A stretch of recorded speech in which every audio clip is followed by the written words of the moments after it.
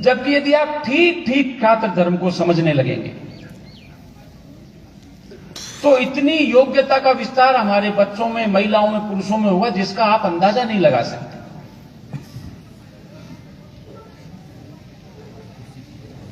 आज हम एक सिपाही बन जाए घरों में तो उसके लिए सवामणियां करते हैं गांव में, एक सिपाही बन लो।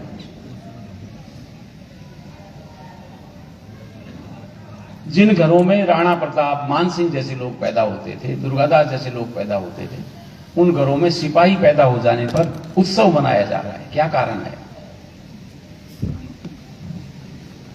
अब हमारे घरों में एक सच्ची क्षत्रिय मानसिकता का बालक हम पैदा कर सकें, उसको 18 साल का जब हो उसको समाज को एक क्षत्रिय के रूप में दे सकें, ऐसी व्यवस्था अब हमारे घरों में हमने नहीं बना रखी, वो हमने नष्ट कर दी।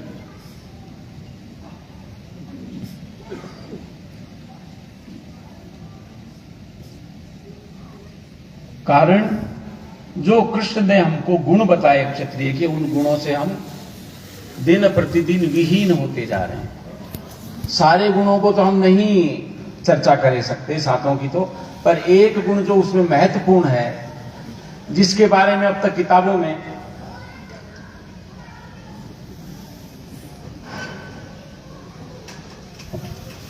गीता पर जितनी भी टीकाएं हैं, और आप देखिए एक बात आ गई मेरे ध्यान में, इसलिए बताना चाहता हूं।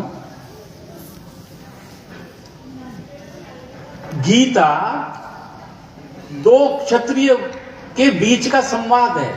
एक राजपूत ने दूसरे राजपूत को कोई बात बताई। आज अपन राजपूत बंधु यहाँ इकट्ठा हैं, हम जो भी बात कर रहे हैं ये सिर्फ आपकी और मेरे से संबंधित बात है, इसका तीसरी किसी कौम से लेना देना ही नहीं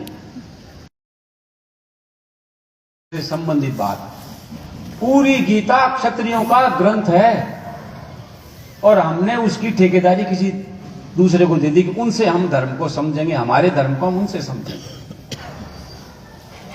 और वो पूरे जीवन में गीता को समझ नहीं सकते। आप कितने भी चोटीदारी, तिलकधारी और वेद अध्ययन, संस्कृत के अध्ययन कर लें, पर कभी भी आप ब्राह्मण के लेवल की विद्वत्ता को हासिल नहीं कर सकते। इसी तरह वो लोग कितना भी गीता पढ़ लें, पर वो गीता का सही सही ठीक अर्थ समझ नहीं सकते। प्राकृतिक रूप से वो सक्षम नहीं है।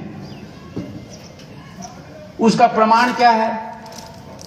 इस संसार में सर्वाधिक टीकाएं गीता की हुई हैं। अनुवाद तो बाइबल का हुआ है, अनुवाद तो ट्रांसलेशन है, सबसे ज्यादा भाषाओं में अनुवाद हुआ है किसी